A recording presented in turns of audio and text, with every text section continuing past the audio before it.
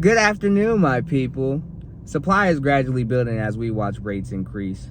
I just seen out here in Texas that gas just went back up to $3. And watching rates fluctuate for a little under a month now, we were at 5.7 and now we're at 6.2%.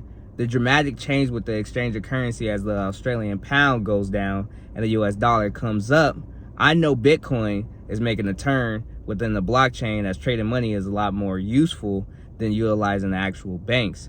And even in a time like this, even with patterns of a global recession, I know as the consumer, I know spikes are going to happen.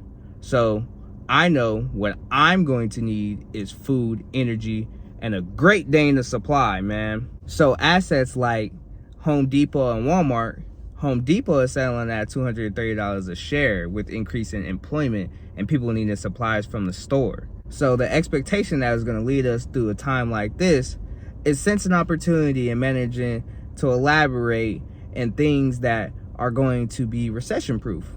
So growth builds mankind, growth builds you. Dictate the undictated and fulfill you. Walk that walk and talk that talk and watch what you become. Greatness. Peace.